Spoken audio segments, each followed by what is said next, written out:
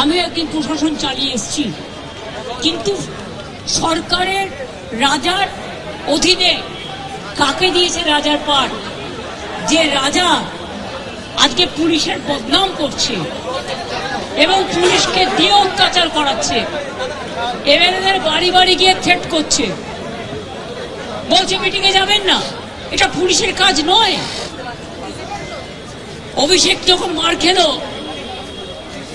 তখন তো রাজার পাট যাদের দিয়েছে তারা ফোন করেছিল, সেই ফোনের রেকর্ডও আমাদের কাছে তোলা আছে। মার নার্সিংহোমে আমাদের বলছে অন রেকর্ড, যখন একটা অসুস্থ লোককে, ইনজিওর্ড লোককে নিয়ে গেলাম, সিরিয়াস পেশেন্ট, বলছে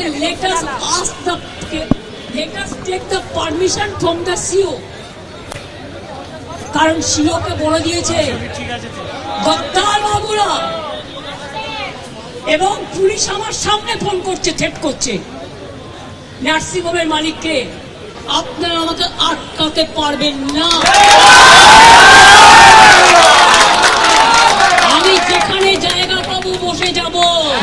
সংবিধান ছুঁয়ে প্রতিজ্ঞা করে এসেছি, সংবিধানের প্রতিটা অক্ষর আত্মবিশ্বাসের সাথে, মর্যাদার সাথে রক্ষা করব।